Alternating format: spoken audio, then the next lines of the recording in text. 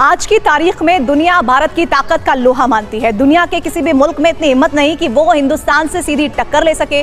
भारत न सिर्फ परमाणु शक्ति संपन्न राष्ट्र है, बल्कि वो अपने हथियारों के जखीरे में लगातार इजाफा कर रहा है।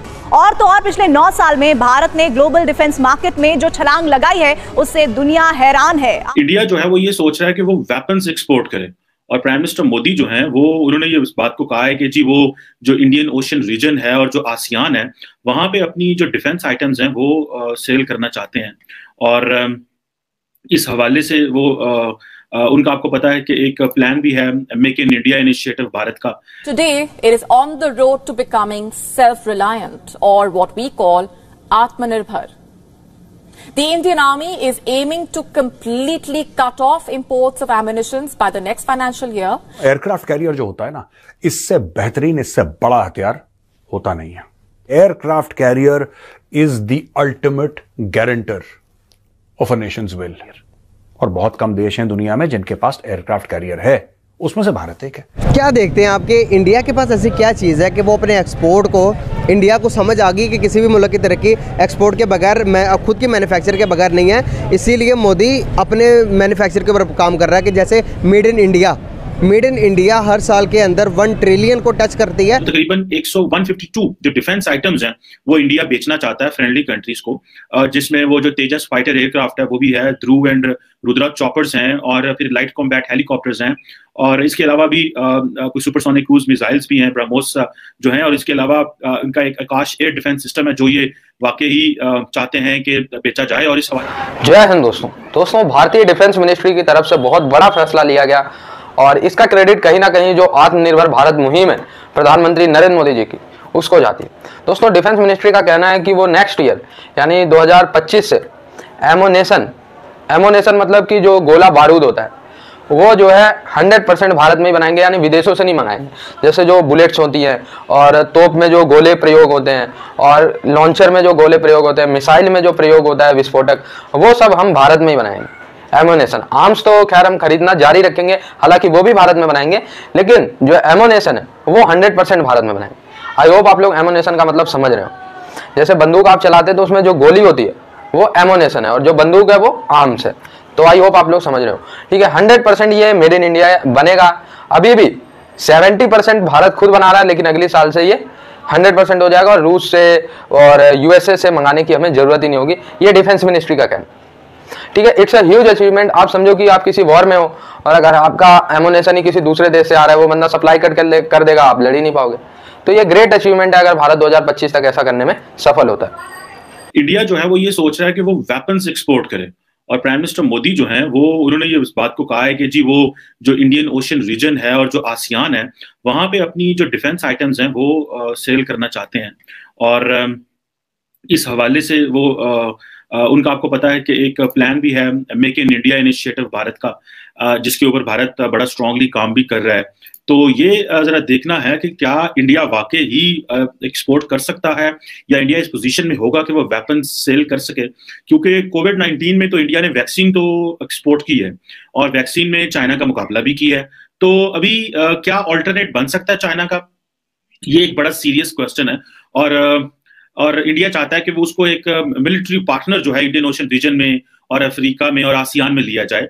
और उस हवाले से तकरीबन जो मैंने थोड़ी रिसर्च की तो तकरीबन 152 जो डिफेंस आइटम्स हैं वो इंडिया बेचना चाहता है फ्रेंडली कंट्रीज को, जिसमें वो जो तेजस फाइटर एयरक्राफ्ट है वो भी है, ध्रुव एंड रुद्रा चॉपर्स हैं, और फिर लाइट कॉम्बैट हेलीकॉप्टर्स हैं, और इसके अलावा भी कुछ सुपरसोनिक क्रूज मिसाइल्स भी हैं, ब्रह्मोस जो हैं, और इसके अलावा इनका एक आकाश एयर डिफेंस सिस्टम है जो ये वाकई ही चाहते हैं कि बेचा जाए। और इस हवाले से इंडिया ये प्लान कर रहा है कि जो इंडियन डिफेंस फुटप्रिंट्स हैं वो, या जो चीजें बेची जाएं वो Bangladesh, Afghanistan, Maldives, Mauritius, Vietnam, Philippines, Indonesia और बहुत सारे और छोटे छोटे ममालिक हैं जिनमें ये चीजें जो हैं वो दी जा सकती हैं।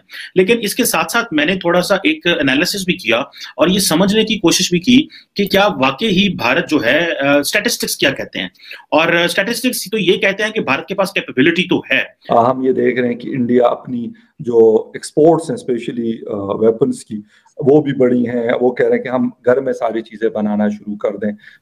देखिए, जहां तक ये डिफेंस एक्सपोर्ट्स की बात है, इंडिया में आजकल बहुत ही ज्यादा टॉक हो रही है कि इंडिया के तकरीबन 16,000 करोड़ 2 बिलियन डॉलर होते हैं। और इंडिया के जो एक्सपोर्ट्स हुए हैं last year fiscal year 750 billion dollars के। राजनाथ सिंह जी ने यह अनाउंस करा है सबके सामने कि भारत का तीसरा एयरक्राफ्ट कैरियर हम उसको गो अहेड दे रहे हैं। तीसरा एयरक्राफ्ट कैरियर यानी कि आईएनएस विशाल, उसका नाम होगा आईएनएस विशाल। भारत के पास दोस्तों इसके पहले 2 एयरक्राफ्ट कैरियर ऑलरेडी हैं। अगर आपको एयरक्राफ्ट कैरियर चाहिए तो आपको क्यों चाहिए? Let's be very clear. जैसा मैंने बोला, it is the ultimate power projection of a nation. Aircraft carrier से कारगर उतना बड़ा हथियार है नहीं। या फिर आप intercontinental ballistic missile, nuclear missile की बात कर रहे हैं जो कि जाएगी, उड़ के गएगी पूरे शहर के शहर, वो अलग मैटर है। लेकिन आईसीबीएम्स एयरक्राफ्ट कैरियर से भी चलती हैं। ICBMs they can take off from anywhere. I mean, it's not just they have to take off from land only. They can take off from an aircraft carrier also. In today's day and age, the technology is there.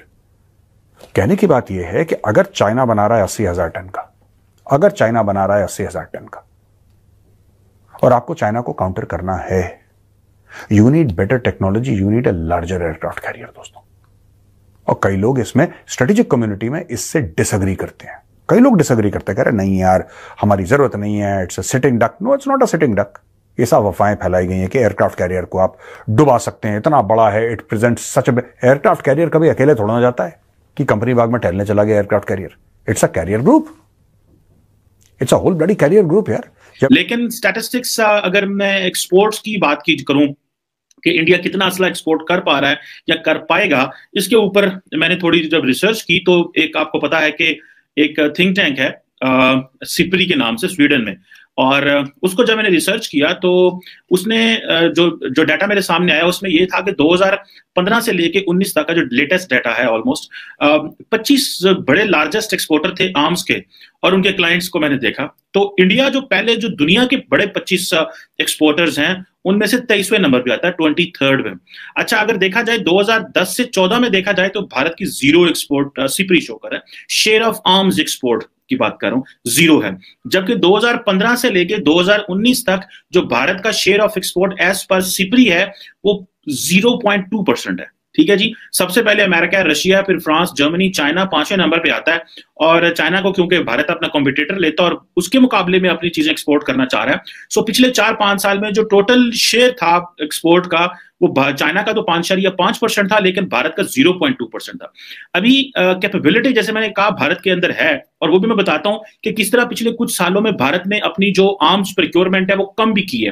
Pakistan ने भी कम की है, लेकिन भारत ने भी कम की। और भारत के जो 2015 से लेके 19 तक एज पर सिप्री जो बड़े एक्सपोर्टर थे जिनको भारत ने असला एक्सपोर्ट किया, उसमें म्यांमार है तकरीबन 46%, श्रीलंका है जो मेन क्लाइंट है इनका, और तकरीबन 25%, फिर मॉरिशस है 14%।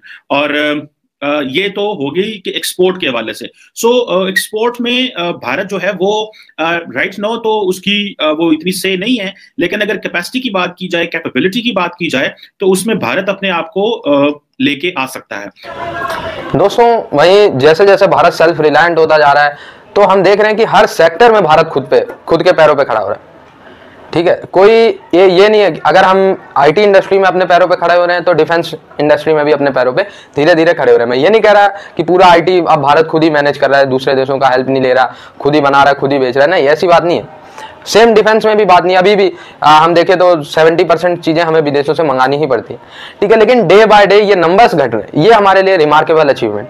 जहां 2014 में लगभग 97% चीजें हम सिर्फ मंगाते थे, आज का डेटा है कि लगभग 37% से ज्यादा चीजें हम अपने देश में बना लेते हैं। ठीक है भाई, 10 सालों में अगर 35% का उछाल आया तो अगली 10 सालों में 35 का और आ जाएगा, 70 हो जाएगा। हालांकि 10 साल नहीं, अब तो मेरे ख्याल से 5-6 साल और लगने वाले हैं। क्योंकि अगर आज के समय में आप देखो जितने रुपए का हम सामान खरीद रहे हैं, फॉर एग्जाम्पल अगर हम 10,000 रुपए का सामान खरीद रहे हैं दुनिया से, तो हम सोच रहे हैं कि भाई 1500 का हम बेच भी दें। ठीक है, ताकि ये नहीं हो कि सिर्फ हम दुनिया खुद का इन्वेंटर करने वाले देश ना रह जाए। आई होप आप लोग मेरी बातों को समझ रहे हो। ठीक है, इससे यार एक तरीके से बेइज्जती होती है कि आप दुनिया से सिर्फ खरीद रहे हो, दुनिया को आपको कुछ सेल करने की आपकी कैपेबिलिटी नहीं, बहुत बड़ी बेइज्जती होती है। ठीक है, ये दिखाता है कि यार ये देश ऐसा है कि जो खुद के दम पे कुछ नहीं करता। ठीक है, भारत की पहचान उन्हीं देशों में से थी, अगर आप को बुरा ना लगे। ये रियलिटी है, इसमें बुरा लगने वाली क्या बात है। ठीक है, हर चीज में हम 100% विदेशों से ही निर्भर रहते थे, लेकिन जब से नरेंद्र मोदी जी आए हैं, हर इंडस्ट्री की बात कर ले, IT से लेके कपड़ा से लेके, ठीक है, आप देख लीजिए डिफेंस से लेके हर चीज हम अपने पैरों पे खड़े करने की कोशिश कर रहे हैं। ठीक है, और दुनिया को बेचने की भी कोशिश कर रहे हैं। तो इट्स अ रिमार्केबल अचीवमेंट अगर 2025 तक एमुनेशन भारत 100% भारत में बनाता। आप लोग जुड़े रहे ऐसी वीडियोस के लिए, तब तक के लिए धन्यवाद। जय हिंद।